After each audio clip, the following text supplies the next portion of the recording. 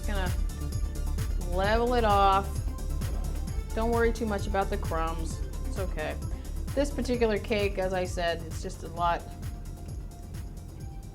softer. Since it was just a demo cake, it doesn't matter. Okay, so the next one, we're not gonna be able to flip it upside down, but the next one, we kind of might want to wish I could flip it upside down because it's pretty,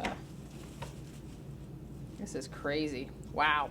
Okay, let's get the ganache on there, or the buttercream on there before we try to move it. Maybe that'll help keep it together. Kind of level it a little bit. If you see any big high points that just make it level. Like I said, if you put ganache on here, it's not going to go anywhere. It's going to stay right there. Get nice and hard, but that's okay. We just have some buttercream we're putting on here. Wow! Just needed another 4 hours in the freezer, I think. Put a little here just to kind of glue it together. Okay, so now let's try to lift this thing up here without doing too much damage to it. So I'm just gonna push it on there. There we go. There we go. There's always a way around these things. So this one, you're just gonna stack it right on top. And that just means you're gonna just push it, kind of get it level, or, pretty centered on there.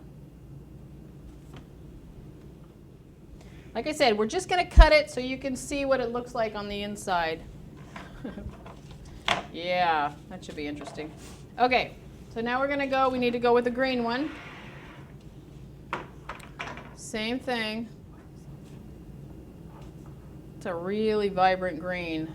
It's that mint green and a little bit of leaf green thrown in there.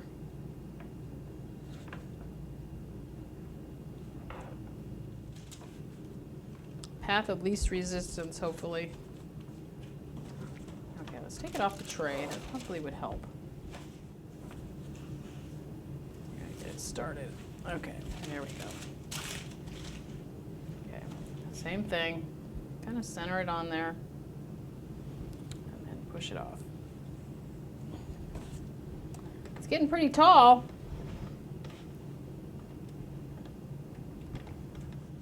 Ugh, a whole lot of frosting on there. Okay, I am just going to put this right on top here. And because it doesn't get any ganache unless you're going to cover it, of course, or, frosting. But see how you've got now, green, brown,